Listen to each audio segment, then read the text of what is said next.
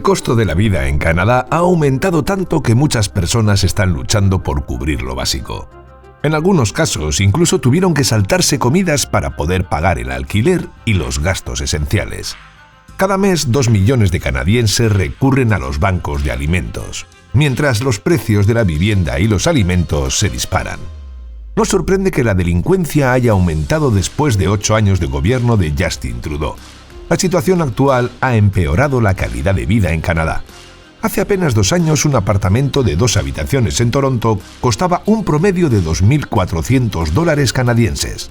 Hoy, ese precio ha subido a $3.300, lo que significa un aumento promedio del 25% anual. Y esto no es un caso aislado. El alquiler de una habitación en Toronto puede costar perfectamente $2.400 al mes. En la mayoría de las ciudades canadienses se necesitaría ganar al menos el doble del salario mínimo para poder pagar un apartamento de una habitación, y ni hablar de comprar una propiedad. En ciudades importantes como Toronto y Vancouver, el ingreso mínimo necesario para calificar para una hipoteca es entre el doble y el triple del ingreso familiar promedio, lo cual se traduce en una barrera enorme para la mayoría de los ciudadanos. Según datos de la Asociación Canadiense de Bienes Raíces, el ingreso familiar promedio en Canadá es de aproximadamente $95.000 canadienses al año, mientras que para calificar para una hipoteca, en ciudades como Toronto y Vancouver se requieren ingresos superiores a $200.000 anuales. Esto significa que incluso aquellos que se encuentran dentro del 10% más rico del país, que como vemos en este gráfico tienen un ingreso promedio de casi $200.000, tienen serias dificultades para acceder a una vivienda propia. Hay una crisis de vivienda, una crisis del costo de vida y ahora también una crisis de inmigración. Este no es el Canadá que conocíamos y admirábamos. Es hora de un cambio real en este país. Justin Trudeau fue elegido por primera vez en 2015 con un mensaje de positividad. Su campaña se basó en la esperanza, y los medios a menudo lo comparaban con Obama en Estados Unidos. En su primer día en el cargo, Trudeau fue a una estación del metro en Montreal y se tomó selfies con los viajeros. Ese momento se hizo viral y había una atmósfera de esperanza y positividad. En ese momento, Trudeau tenía el segundo índice de aprobación más alto de cualquier primer ministro nuevo en la historia de Canadá. Pero hoy, mientras el país se enfrenta a una crisis de vivienda, una crisis del costo de vida y problemas con la inmigración, esos índices de aprobación han cambiado drásticamente. Para entender la situación actual es necesario retroceder en la historia. Canadá es una nación construida por inmigrantes. A mediados del siglo XIX, la mayor parte de la población canadiense estaba concentrada en la costa este, principalmente a lo largo del río San Lorenzo y los Grandes Lagos. En ese momento había vastas áreas al oeste y al norte que estaban escasamente pobladas y que el gobierno quería poblar. Para ello utilizaron la inmigración como una herramienta fundamental para construir el país, atrayendo a nuevos residentes con campañas que animaban a la gente a construir su hogar en el oeste de Canadá, llamado el Nuevo Dorado. Muchos inmigrantes valientes llegaron a Canadá y fueron evaluados por funcionarios de inmigración, quienes se enfocaban en atraer a agricultores que pudieran ayudar a expandir el país hacia el oeste, estableciendo comunidades en áreas sin habitar. Estos colonos construyeron aldeas que con el tiempo se convirtieron en ciudades, atrayendo comercio e industria y fortaleciendo el control de Canadá sobre el oeste. Para la década de 1990 ya habían surgido nuevas ciudades a lo largo de la frontera sur de Canadá, y la población creció de 3 millones a casi 9. Sin embargo, estos inmigrantes fueron seleccionados no solo por sus méritos, sino también en base a criterios raciales, ya que Canadá quería mantener el estatus de país de hombres blancos. Después de la Segunda Guerra Mundial, estas prácticas discriminatorias comenzaron a ser examinadas de cerca. Fue entonces cuando Canadá empezó a desarrollar su moderno sistema de inmigración, basado en un sistema de puntos. Los posibles inmigrantes eran evaluados en función de su edad, nivel educativo y habilidades lingüísticas. La filosofía fundamental era seleccionar inmigrantes que pudieran contribuir al país, y este sistema sigue vigente hoy en día, convirtiéndose en el sistema de inmigración más antiguo de cualquier país de la OCDE. Uno de los primeros desafíos de este sistema fue el creciente porcentaje de recién llegados que eran miembros de la familia de inmigrantes ya establecidos. En 1971, los inmigrantes que llegaban por razones económicas representaban el 73% del total, mientras que los miembros de la familia representaban el 21%. Sin embargo, una década más tarde, el porcentaje de inmigrantes familiares había aumentado al 55%, lo que generó preocupaciones sobre su contribución al país y llevó al gobierno a endurecer los requisitos de entrada. Para 1995, el porcentaje de inmigrantes familiares había disminuido al 36%. El gobierno federal de Canadá dio más autoridad a su rama ejecutiva, lo que les permitió actuar rápido cuando llegaban migrantes que no querían, implementando medidas inmediatas para manejar la situación. Durante las siguientes décadas el sistema fue mejorado continuamente y a principios de la década del 2000 fue reconocido a nivel mundial como uno de los mejores. Incluso Donald Trump eligió el sistema canadiense destacando su enfoque basado en el mérito. Canadá también destacó por el alto nivel de aceptación pública hacia la inmigración, a pesar de que se endurecieron los requisitos para algunos grupos. Esto se debió a que el sistema se enfocó en atraer inmigrantes económicos que contribuyeran al desarrollo del país, mientras que los requisitos más estrictos se aplicaban principalmente a la reunificación familiar. Hasta hace poco, la inmigración no era un tema controvertido. En 2018, el 68% de los canadienses consideraba que la inmigración era positiva para el país, el nivel más alto de cualquier país de la OCDE. La percepción general era que la inmigración era una fuente de fortaleza, capacidad de recuperación y crecimiento para las comunidades canadienses, lo cual era motivo de orgullo. Sin embargo, en los últimos años la opinión pública ha cambiado drásticamente, pasando de una acepción casi universal a una creciente preocupación sobre el impacto de la inmigración en la calidad de vida. Durante los primeros 4 años bajo Trudeau, la población de Canadá creció a un ritmo récord, principalmente debido a la inmigración, aunque luego se desaceleró. En ese tiempo Canadá enfrentaba varios desafíos. Uno de los más importantes era la escasez de trabajadores. Había dificultades en muchos sectores clave, desde la construcción hasta la atención sanitaria. Simplemente las empresas no encontraban personas con las habilidades necesarias. Sean Fraser, el nuevo ministro de Inmigración, dijo de manera directa: Canadá necesita más gente. Los canadienses comprendían que si querían satisfacer las necesidades de la fuerza laboral, debían seguir aumentando la población. Fraser, al igual que muchos antes que él, veía la inmigración como una herramienta para solucionar problemas específicos, como la falta de trabajadores y la cuestión demográfica. El envejecimiento de la población es un problema que afecta a todo el mundo occidental, pero en Canadá es particularmente grave. En 1971 había 7 personas en edad de trabajar por cada persona mayor. En 2016 esa proporción se redujo a 4. Para 2036 se proyecta que solo habrá 2 trabajadores y medio por cada jubilado. Además, se espera que el número de canadienses mayores de 75 años se duplique en las próximas 2 décadas, mientras que menos personas se unirán a la fuerza laboral. Si no se hace algo para corregir esta tendencia, dentro de 10 o 15 años los vídeos no serán sobre la falta de mano de obra, sino sobre si Canadá tiene la capacidad económica para seguir financiando escuelas, hospitales y servicios públicos. Esta situación llevó a la creación de un nuevo y ambicioso plan de niveles de inmigración en 2022.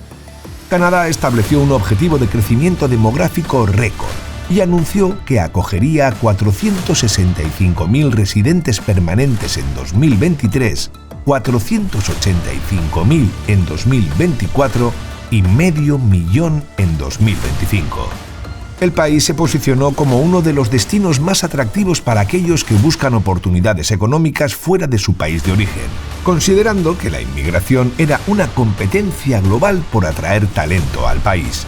Su objetivo era que los inmigrantes económicos constituyeran el 60% de los recién llegados, mientras que el 40% restante estaría formado principalmente por familiares y refugiados, enfocándose en trabajadores de sectores con alta demanda, como la atención médica, los oficios, la manufactura y la tecnología. Sin embargo, cuando se anunciaron estos planes, las oficinas de inmigración ya tenían un retraso de más de 2 millones de solicitudes de residencia. El sistema ya estaba saturado con millones de solicitudes pendientes, lo cual dificultaba procesar nuevas solicitudes de manera rápida. Esto hacía que recibir más inmigrantes fuera un problema práctico, ya que no había forma de gestionar tantas solicitudes a la vez. Además, había una crisis de vivienda en el país, y uno de los principales límites para construir más viviendas era la falta de trabajadores de la construcción. A pesar de esto, Trudeau y su equipo veían la inmigración como parte de la solución y no del problema.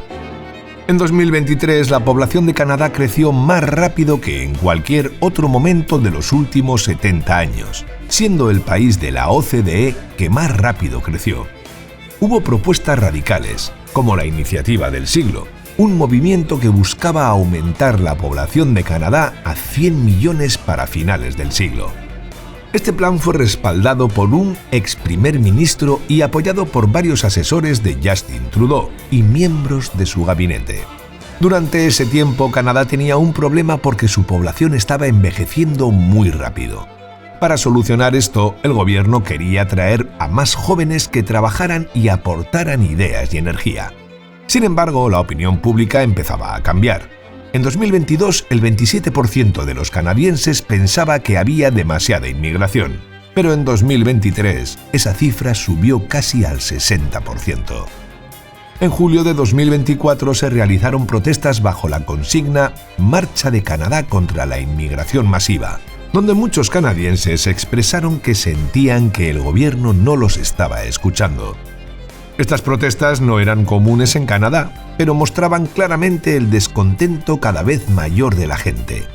Con las elecciones de 2025 acercándose, la inmigración masiva podría convertirse en el tema principal de la campaña, y Trudeau corre el riesgo de perder su escaño, su puesto en el Parlamento. Si lo pierde, significaría que ya no tendría un lugar en el Parlamento, lo que le haría más difícil tomar decisiones y representar sus ideas como líder. La situación económica tampoco ayuda. 2 cabezas de brócoli llegaron a costar $11,44 en Save on Foods en Langley, lo que mostraba claramente cómo la inflación estaba afectando a la población. Aunque el gobierno seguía publicando cifras de crecimiento económico, la realidad es que este crecimiento estaba impulsado principalmente por el aumento de la población. El crecimiento per cápita, que se refiere al crecimiento económico por persona, ha disminuido, lo cual afectó al nivel de vida de muchas personas. Los alquileres se habían vuelto inasequibles. Un apartamento de 70 metros cuadrados costaba $4.300 al mes, y muchas personas necesitaban trabajar hasta en 3 empleos solo para sobrevivir en la ciudad. La gente seguía luchando para pagar sus facturas, lo cual era insostenible. Había un desajuste evidente entre la rapidez con la que crecía la población y la capacidad de ofrecer viviendas y servicios básicos, como atención médica y educación. Esto afectaba a todos, pero era más visible en el costo de la vivienda. Los alquileres estaban fuera de control. En Toronto se llegaban a pedir $800 al mes por una cama ubicada en medio de la casa de una familia. Los más afectados eran los más vulnerables, como los estudiantes. Se hizo viral la historia de 25 estudiantes viviendo en un sótano en Brampton, y el alcalde de la ciudad comentó que había visto casos como estos con regularidad. Algunos propietarios incluso alquilaban 6 camas en un piso, separadas por divisores a $325 cada una. Además, el número de residentes temporales, como trabajadores y estudiantes internacionales, había aumentado muchísimo. En 2022 había 1,4 millones de residentes temporales y para 2024 esa cifra se había duplicado a 2,8 millones. Esto solo empeoraba la presión sobre el mercado de la vivienda y los servicios públicos. La opinión pública en Canadá ahora se había vuelto en contra de la política de inmigración y por primera vez se había convertido en un tema muy polémico. Trudeau, con las elecciones acercándose, necesitaba actuar rápidamente, así que prometió un programa federal masivo para enfrentar la crisis de vivienda en Canadá. Hoy estamos lanzando el plan de vivienda más completo y ambicioso jamás visto en Canadá, anunció Trudeau. Además, nombró a Sean Fraser, el exministro de Inmigración, como encargado de la cartera de vivienda. Fraser se mostró seguro. Sé que vamos a resolver la crisis de vivienda porque sé de lo que son capaces los canadienses. Pero estas decisiones recibieron muchas críticas en redes sociales, especialmente en YouTube, donde la gente comentaba: «Es una locura que la gente crea que el tipo que nos metió en este lío es el que nos va a sacar». O «No confíes en él creó este problema». El país estaba enfrentando problemas más allá del aumento de la población. Había problemas en la cadena de suministros que hicieron que fuera más caro construir. Estamos tratando de resolver un problema de 30 años, la falta de inversión en viviendas asequibles, dijo Fraser. Y de pronto nos vamos a encontrar con un cuello de botella en la capacidad de la fuerza laboral canadiense para construir las casas que necesitamos. Fraser estaba en una situación incómoda. Dejar entrar a 9 millones de nuevos canadienses antes de tener casas para ellos claramente había empeorado el problema. La mayoría de las personas ya no apoyaban las políticas de inmigración. Estaban enojadas y frustradas por la crisis del costo de vida, y los inmigrantes sentían que se les culpaba injustamente por la situación. Aunque muchos de los recién llegados lo que sentían era: calcularon mal cuántos inmigrantes querían y cuántas viviendas teníamos disponibles. Ahora nos culpan de todo. El índice de aprobación de Trudeau, que mide cuánto apoyo tiene entre la gente, cayó en septiembre de 2024 a solo el 30%, y solo el 26% lo apoyaba como primer ministro. Tenía que cambiar las cosas. Buenos días a todos. En un momento el ministro Miller detallará nuestro plan de inmigración, dijo Trudeau. Antes de eso, quiero decir algunas cosas. Los canadienses estamos orgullosos de nuestro sistema de inmigración. Ha hecho que nuestra economía sea la envidia del mundo y nos ha ayudado a construir comunidades fuertes y diversas. Hoy anunciamos que reduciremos la cantidad de inmigrantes que traeremos en los próximos 3 años, lo cual resultará en una pausa en el crecimiento de la población durante los próximos 2 años. Trudeau admitió que se había equivocado al no encontrar el equilibrio adecuado. Cuando asumió el cargo, ya había una falta de inversión en viviendas asequibles, junto con desafíos de construcción y problemas en la cadena de suministro. Pero reconoció que fue su decisión permitir la entrada de un número tan grande de inmigrantes, lo cual aumentó la presión sobre el mercado inmobiliario y el costo de vida. En 2019, el 19% de los canadienses sentían que el país tenía muchas desigualdades económicas y sociales, como la diferencia entre el acceso a oportunidades para los inmigrantes y para los residentes locales. Los inmigrantes tenían más dificultades para conseguir vivienda y servicios básicos en comparación con los ciudadanos canadienses. En 2024, esa cifra subió al 38%. A la pregunta de si el costo de vida había empeorado, la respuesta es que pasó del 66% en 2019 al 84% en 2024. Cada provincia ha intentado lidiar con la crisis de la vivienda de diferentes formas. Por ejemplo, Columbia Británica creó el Fondo de Vivienda Comunitaria en 2018, que incluye subsidios y reducciones de impuestos para fomentar la construcción de viviendas asequibles. Mientras que Ontario ha tratado de reducir los costos de alquiler con políticas como el Affordable Rental Housing Supply Program, que establece límites a los aumentos anuales de rentas y programas de alquiler asequible.